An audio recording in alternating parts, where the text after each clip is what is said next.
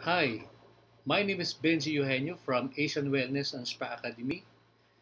Ako ay narito upang magbigay ng presentation para sa lahat ng mga nagnanais magkaroon ng DOH Massage License. Ang susunod na presentation na ito ay ang pinamagatan nating coursework on massage therapy. Ano-ano ang mga requirements para kayo ay magkaroon ng lisensya, makapag-exam sa DOH? Ano naman po ang maaring may offer sa inyo ng inyong Asian Wellness and Spa Academy at ano ang maaring aasahan po ninyo kapag kayo po ay nag-aral sa paaralang ito. Una sa lahat ay nais kong tanungin o sabihin, maraming magtatanong sa atin kung ano ang ibig sabihin ng CMT. Ang CMT ay coursework on massage therapy na kung saan ay ito ay isa sa mga requirements para kayo ay makapag-exam sa DOH. At of course, ito ay ino-offer ng Asian Wellness and Spa Academy. Sa kasalukuyan, ang institusyon ito ay tumatanggap ng mga enrollees para sa programa.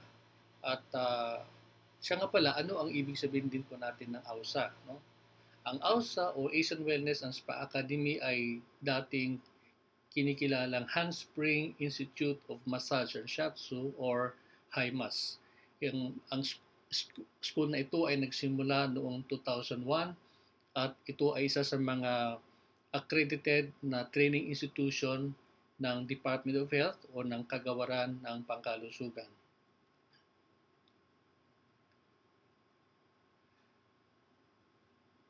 Ano naman po ang requirements para sa enrollment? No? Una sa lahat, kinakailangan ang isang mag-aaral ay mag-produce ng barangay clearance. No? By the way, ito ay para sa uh, DOS examinations per se. No? Ibig sabihin po noon, kung kayo na po ay magsasubmit na po ng inyong pong aplikasyon sa DOH upang makapag-examine. Pangalawa, kinakailangan ang submit ng isang patunay na kayo ay high school graduate. No? Uh, Subalit kung hindi naman po kayo nakapagtapos ng high school, may kaparaanan din po yan upang kayo ay mag-qualify. No? Ito ay isang paraan na tinatawag na Grandfather's Clause ng DOH upang maging ang mga visually impaired o hindi nakapag-aral o hindi nakapagtapos ng high school ay maaari din po magkaroon ng pagkakataon na kumuha ng examination mula sa DOH. Susunod naman po ay ang pag-submit ng birth certificate, NBI, police or fiscal clearance, and then ang pag-submit din po ng tinatawag nating health certificate at yun nga po, endorsement mula sa accredited training institution ay kinakailangan din po.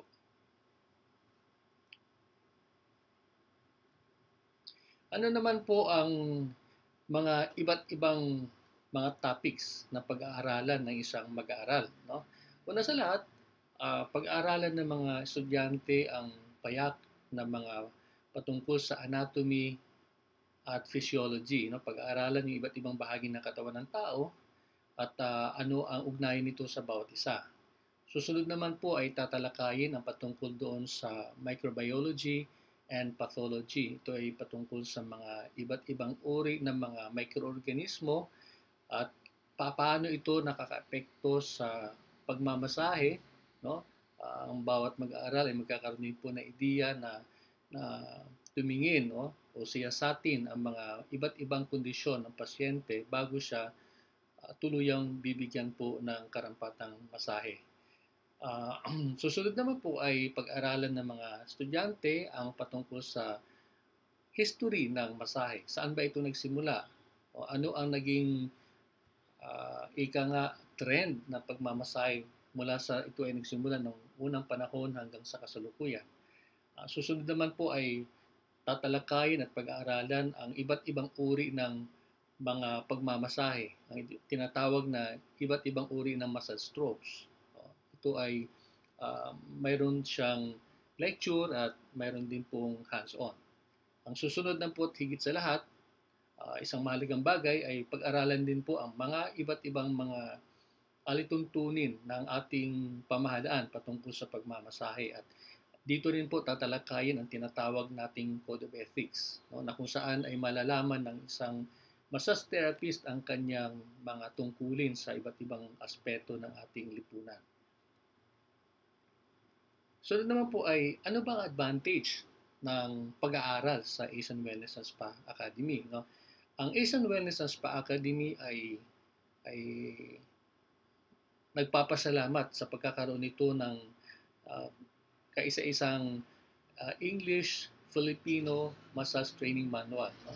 At ang susunod naman po ay mayroon siyang hanay na mga guro, na mga trainers na expert sa iba't ibang larangan. Meron po tayong mga guro na doktor, meron po tayong mga guro na mga nurses, may mga guro po tayo na mga physical therapists. No? Lahat po ito ay mahuhusay at mayroon pong karampatang pagsasanay na nagmumula po sa institusyon.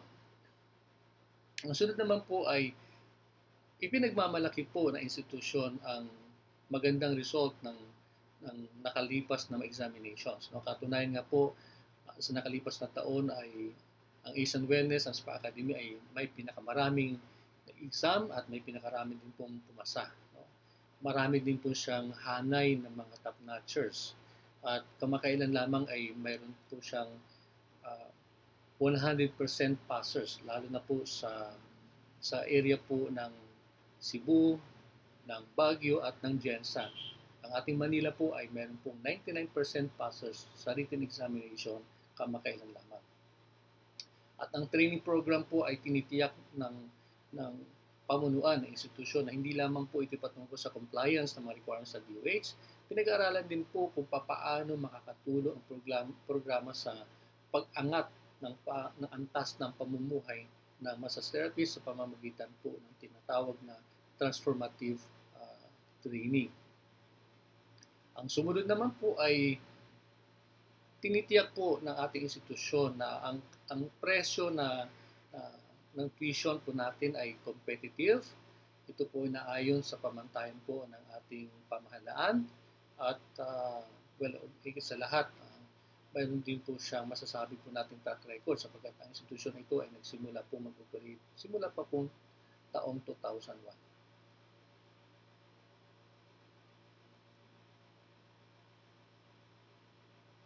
Ngayon naman po, ano pa ang mga added values? May mga added values pa po tayo, no? Tinuturo din po natin yung tinatawag nating 3Ps, no? Paano natin babaguhin yung ating o kilalanin ang kapangyarihan ng pag-iisip, ang kapangyarihan ng tamang pananamit o pag-aayos, at ang kapangyarihan ng pananalita. No, lahat ng ito ay unti-unti nating in-integrate sa ating programa upang sa gayon ay matulungang maiangat ang tinatawag nating esteem ng ating mga mag-aaral. At ang sumunod naman ay mayroon tayong tinatawag na Student Deferment Program or plan, no? Na kung saan ay kung makikitaan po natin na medyo kakulangan ang mag-aaral, sila po in-encourage natin na wag muna maisam at bigyan ng pagkakataon silang makapag-aral uli ng libre upang sa gayon na sa kanilang pagsabak sa DOH ay tiyak na sila ay papasa. At ang sumunod naman po ay sinisikap po natin na magkaroon ng pantay, tumpak at tamang pag-evaluate na kung saan ay we make sure na yung ating pag-evaluate ay hindi lamang po nila malalaman ng estudyante ang kanilang kahinaan, subalit malaman din po nilang kanilang kalakasan at kung saan po sila maaari pang mag-concentrate upang tumaas ang chance nilang pumasa sa examination. Ngayon po makikita po natin sa sumunod na slide ang isang graphic presentation na kung nasaan po ang Asian Wellness. Kaya kung mapapansin po ninyo sa bandang kanan, narito po ang Asian Wellness at ang task ng mga nag-exam at ng mga pumasa ay napakataas. Ano bang masasabi ng ating mga mag-aaral? Pakinggan po natin. We are from the HOTS, so hindi mo kami katulad sa inyo talagang magkasama-sama kayo sa company mo, like sila, sa Luwangan. Kami kasi galing kami sa iba-ibang mga spa. Yung iba wala pang mga experience about pagsama-sama. Tsaka, katulad dito sa ginawa namin, simple siya ng pyramid, diba? Kung makikita natin siya. Bawat step nito, meron siyang nag-represent siya doon kung ano meron tayo sa ngayon. Well, for now, siguro, masasabi natin isa sa mga kasamahan natin or maybe yung natin, siguro nasa lower ground pa tayo. Yung we are aiming pa kung ano mga bang meron dito sa spa industry. Yung iba medyo curious pa sila nga, ano nga bang meron? Ano nga ba yung pwede kong ma-contribute?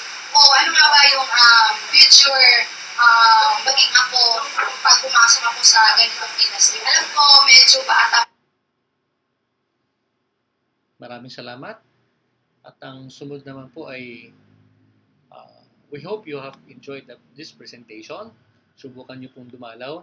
Puntahan po tayo sa ating present locations sa iba't ibang bahagi ng ating bansa.